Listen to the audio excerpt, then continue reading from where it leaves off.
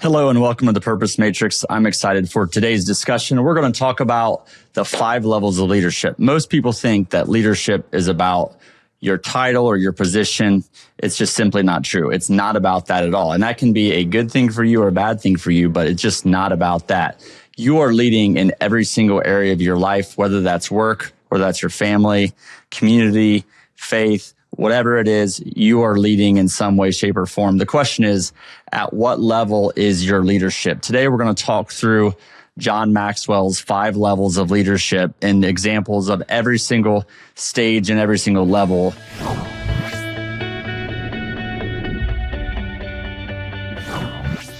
The 5 levels of leadership are: first, level 1, position. It's because you have that title, that role, that responsibility. So level 1 is position. Level 2 is permission, because you've been given permission for some reason to lead at that level. And I'll talk more about what that means. The third one is production. You're getting results, so people follow you. The fourth, people development. People, you start to invest in people, and that gains you more influence, more potential for impact. The 5th level is pinnacle, and that's just because of simply who you are as a person, your identity at its core. That creates a ripple effect because you're ultimately a great example. So we're going to talk about all those levels in more detail and how we move from one level to the next in the different areas of life. So level 1 leadership is all about, it's because I said so. It's because it's your position, it's your title, it's your roles and responsibilities. All these buzzwords are things that you've heard in organizations. We talk about those things too in our company, but it's because you said so, and that's your job to do that, to tell that person how to do something, and it's their job to listen or follow those instructions or whatever it might be. So it's title-based authority. People follow you because they have to follow you, not necessarily because they want to. It doesn't mean they don't want to, but they need to follow you because you have the authority to tell them what to do. The organizational chart, whatever you want to call it, accountability chart if you're talking EOS, but it's compliance to a role and responsibility, not a commitment. Some examples are, maybe it's like for me, I was an engineer in my earliest days in my career. And if I wrote lab instructions for someone to do a test in some way, the lab technician followed those instructions, right? So if I was only operating at level 1, I would submit those and I wouldn't engage with that person. I wouldn't work with that person, but I would just say, hey, do this because my job is to write these instructions. Your job is to listen to, how to run the test. And it would have been as simple as that. Hopefully I was able to do early in my career level 2, but I for sure did a lot of level 1 things. And I'm sure I still do today, but it's all about roles and responsibility, organizational chart. Maybe as a new parent, you're at level 1 because you just don't know what you're doing and you're just trying things out. But that's level 1 leadership. And it's really, the goal is learn the basics of what the job, but you're really not leading that much, in my opinion. And that's the challenge. That's the problem. It's the lowest level of leadership. If you stay at that level as an individual and building a team, you're going to have a low morale. You're going to have a weak culture. You're going to have high turnover. And we got to develop into level 2. And we're going to talk eventually about how we also have to develop our team members into level 2. We really, if we're running a team, we don't want anyone to be operating at this level 1 level. We want them to be moving on to level 2. How do we move from level 1 to level 2? Some of the basics, right? We're going to build relationships. We're going to get to know people. We're going to show them that we care. So the lab technician, hey, how's it going? How was your weekend? Oh, tell me about your family. Hey, what do you think about this test? How should we run it? How do I leverage your experience and your competencies in this area? So that's getting us from the very basic level 1, maybe to a level 2 leadership, where it's not just about roles and responsibility, but it's more about the human, the relationship part of the task and the job and the role. So we really want to move from level 1 to level 2. And we want our team to move to level 2 as well. And if by the way, if we're moving our team to level 2, then we're getting into level 3 and maybe even level 4. But we really want to be at a level 2 or above. Level 2 is permission. It's because someone wants to help you out. They want to support you. They want to follow you. So it's relationship-based influence. And really, relationship-based influence applies to every single area of life. If you want to have an impact anywhere, the thing that you can do across all areas of life is get good at building relationships and connecting with people. And I'll talk a little bit more about that. There's some other elements of trust.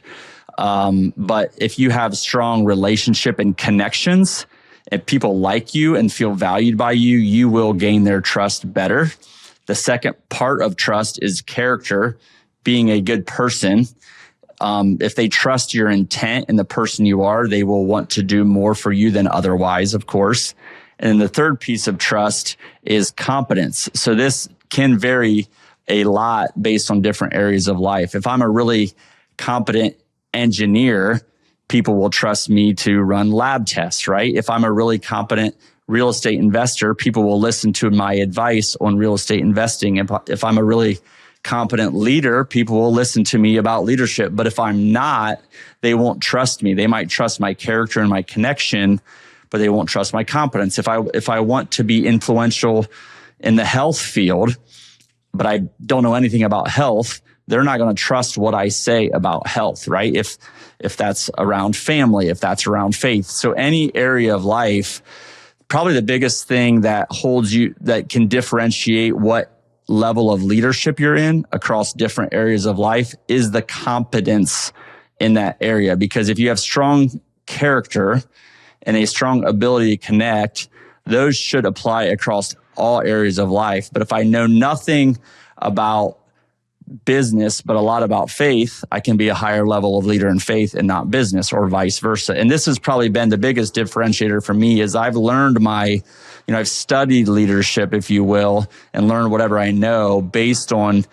building that from a business lens, but hopefully I can take that and apply it to the other areas of life as well. So again, the three pillars of really trust are character, competence, and connection. And if we can develop our character, develop our connection, we can have influence as we develop competence in a different area of life. And this is really where engagement starts. So some examples of level 2 leaders, which again, level 2 is about permission, would be, maybe it's a favorite teacher. Students work hard because they don't want to disappoint that teacher. When I talked about the lab technician role early in my career, but just starting to build relationships with people. There's some great, peers, other engineers, people on the shop floor, people in finance, people in supply chain, different roles and responsibility across the organization that I didn't want them to have to listen to me because that was my job to be a project manager even. I wanted them to listen and trust what I was doing. And I wanted it to be about more than that. And that's ultimately, to get to that level, it had to be through connection and through relationships. So hopefully I was able to do that. I can recall some instances where I broke down and killed trust in just moments of time. Especially early in my career, especially when I'm not saying I don't do that ever now, but I definitely broke that down, and I'll talk about that later.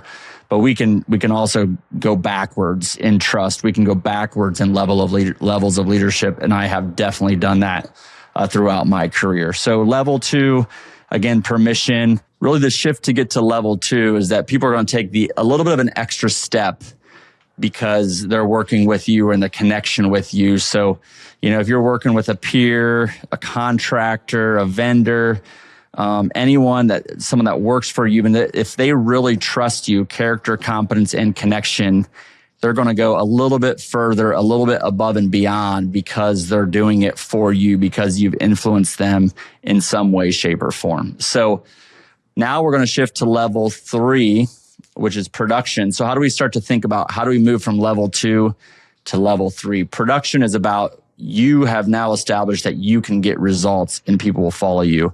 So if you have a track record of results, especially with that person that you're building trust with and influence with, you're moving up to level 3. If you show not just the character and connection, but also competence in that field, now we're getting to level 3 because we're getting results, right? And these are things that we need to do to get results. If you're following through consistently on your commitments, hey, I'm going to do this, and then you go do it and you're getting the results and you're doing your part to get those results, you're going to get to the level 3 of leadership, which is all about production.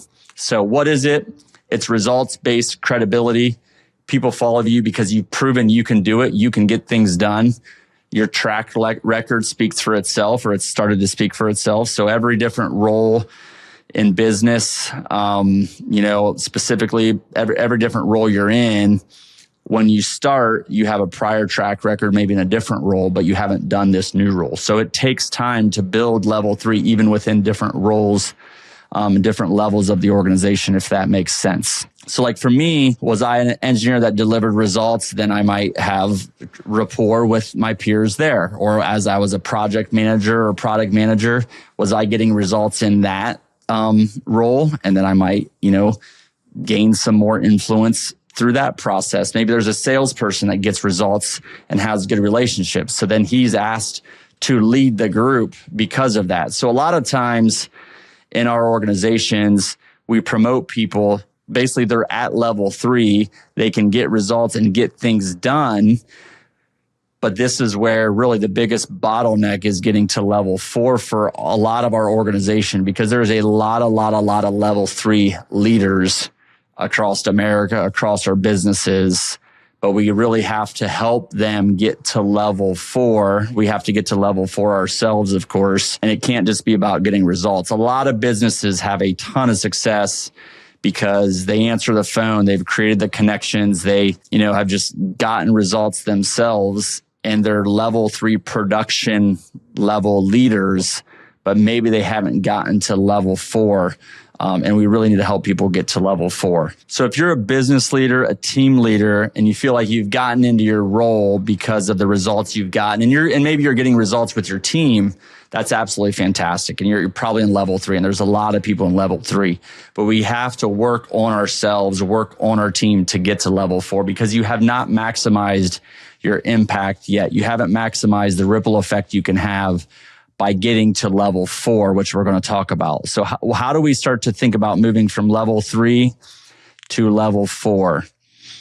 First, we have to start developing other leaders. If that's, hey, let's start a monthly book discussion on leadership. Let's get 4 growth-minded people. Let's use the purpose matrix and get together and see how we can grow in every area of life. How do I invest in their growth? How do I start to mentor people to help them develop in ways that they want to develop and they want to grow? Of course, if it's in a business setting, that also helps, your team, the business in general, but let's invest in them as a person and in their leadership for us to get to level 4, right? How do we just be an example ourselves of a growth mindset? We're trying to get better in our leadership.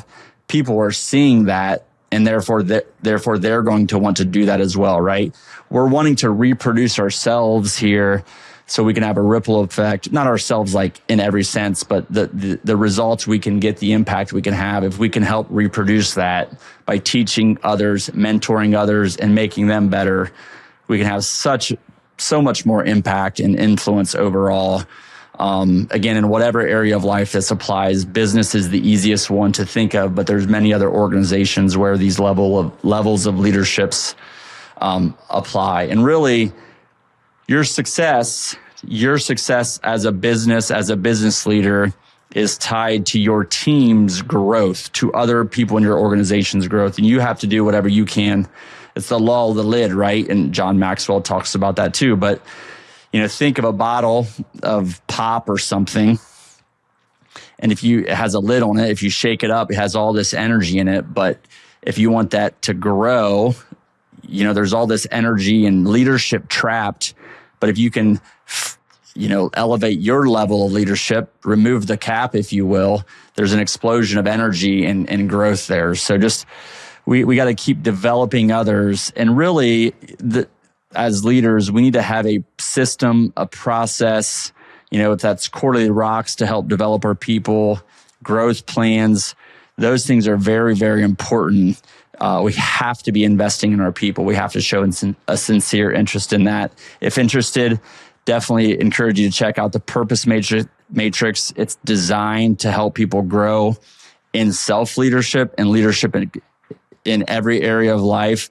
And it walks through really the principles of excellence. I call it the principles of peace that can help you figure out how and where you want to grow as an individual, or how you can maybe frame it up for your team, specifically to business, if that's what you want to focus on.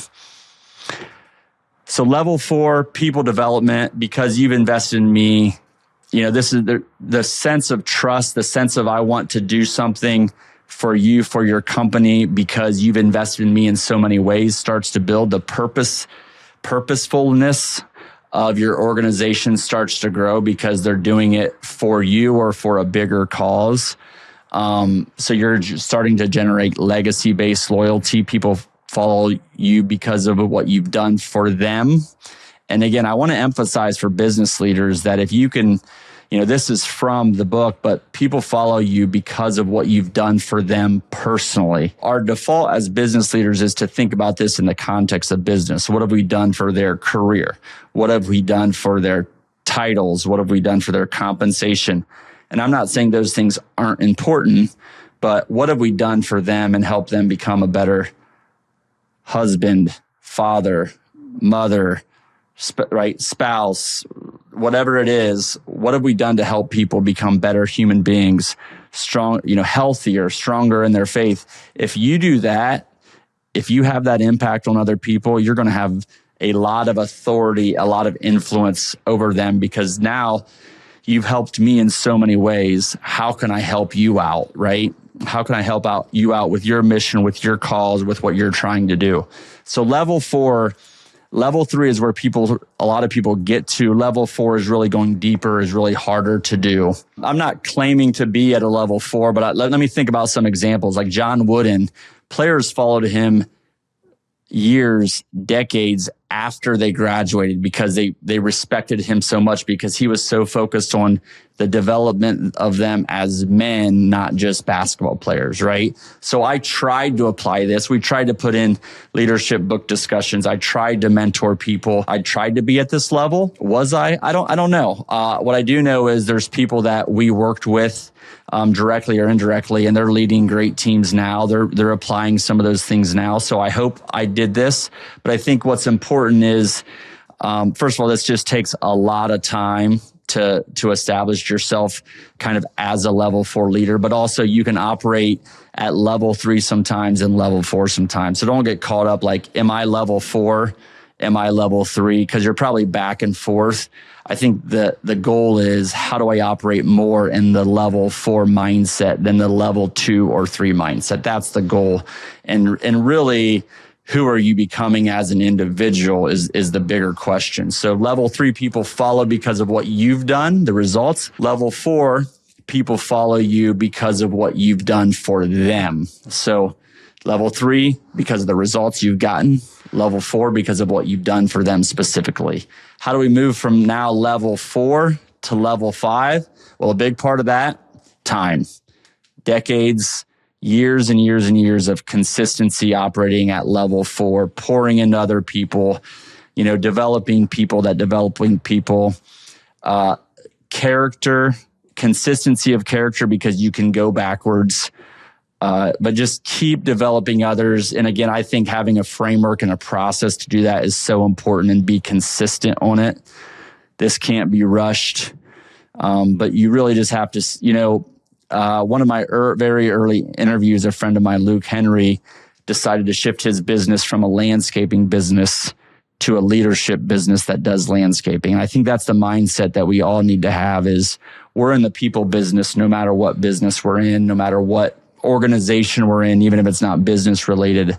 We're in the people business. We have to connect with people. We have to build trust. We have to be a good example ourselves for them to have influence. But this just takes time. And really, most people don't get to level 4 and level 5. And that there's nothing wrong with that, right? My only encouragement is try to grow your leadership, because it is so impactful. Like I talked about, if you grow in if I grow in business knowledge, that's good, but I can only apply that to business. If I grow in leadership, that applies to business and every other area of life as well. So that's why I'm so passionate about the topic. in general. Level 5, what is it? I talked about how to get there, but what is it? It's the pinnacle. It's because of who you are that people follow you. Said differently, it's simply because of the example that you have set over a very, very, very long time, consistently over and over again. Again, it's because it's who you are, and people can see who you are as a person, as an individual. So they just want to follow you. They want to listen to what you have to say. It's really about being an example with our thoughts, our words, and our actions. So it's respect-based influence beyond your immediate circle. People follow you because of your character and your lifetime impact. This is not, you can't get this done in 6 months or a year, but you've been preparing for this and working on yourself for decades. And then it's probably decades of influence after that. So this takes a very long time, industry-wide, maybe community-wide. This is rare air. Not a lot of people are doing it. A few examples, more recent examples, maybe John Wooden. I talked about him earlier, but he really probably got to level 5. He passed away, in 2010. He's still quoted all the time. His books are quoted all the time. The people that followed him are developing many, many other people and having a lot of influence in many, many different ways. Nelson Mandela influenced through his suffering and his mindset and his lack of judgment and his empathy and just all of his leadership characteristics. He impacted nations, major movements, other world leaders, just an absolutely phenomenal level 5 leader. And then the ultimate level 5 leader, of course, was Jesus, the ultimate example of servant leadership. 2,000 years later, billions of people following him. Just absolutely unbelievable impact. No matter what you believe, undeniably the ultimate example of servant leadership, in my opinion, and it's hard to argue with the facts. So the question for you is, where are you at today? And really, where are you? But where is your capabilities? Where's your potential? Where's your gaps? How can you grow, right? What can we do? What can we control? Wherever you are, it's okay.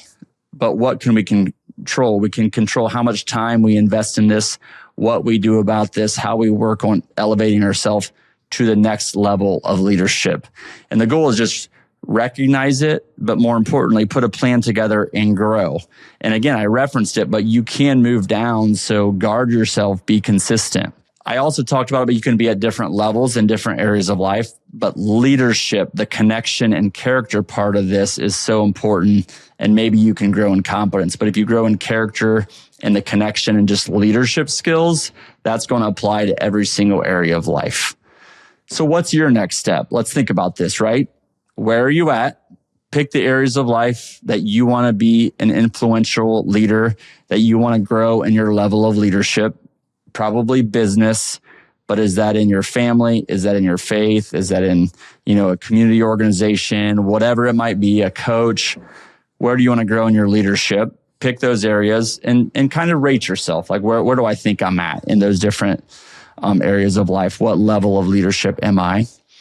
But pick somewhere to focus. Pick somewhere where, for that reason, for that area of life, I want to be a better leader. I want to grow in my level of leadership. So how can I do that? And then take one action, build, depending on when you're listening to this, build an action plan for next quarter. I'm going to read, 3 leadership books, 1 a month next quarter to grow in my love. Maybe I'll read the John Maxwell's book or the Irrefutable Laws of Leadership or John Wooden, right? Pick a couple of leaders. I'll read those books. So that's educating yourself. Maybe I'll find a group of other leaders and we'll just have a leadership mastermind where we get together and we talk about, hey, how can we grow in our leadership? Your associations are so important. What have you been avoiding or hiding from, and what courageous actions do you need to take, right? Maybe it's the consistency of reading, the courage to ask other people to talk about leadership, to start a book club, to start a book discussion, whatever it might be.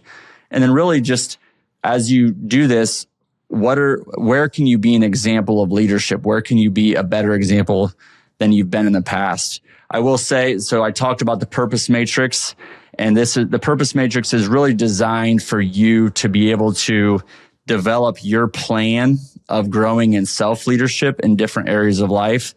getting clear on your purpose, educating yourself, associating with others, courage to act, an example, which is the ultimate goal. And by the way, I created this website completely from AI, so it's completely mind-blowing if you didn't see my social media post on it, but completely mind-blowing what AI was able to create. But that's a completely different topic for another day.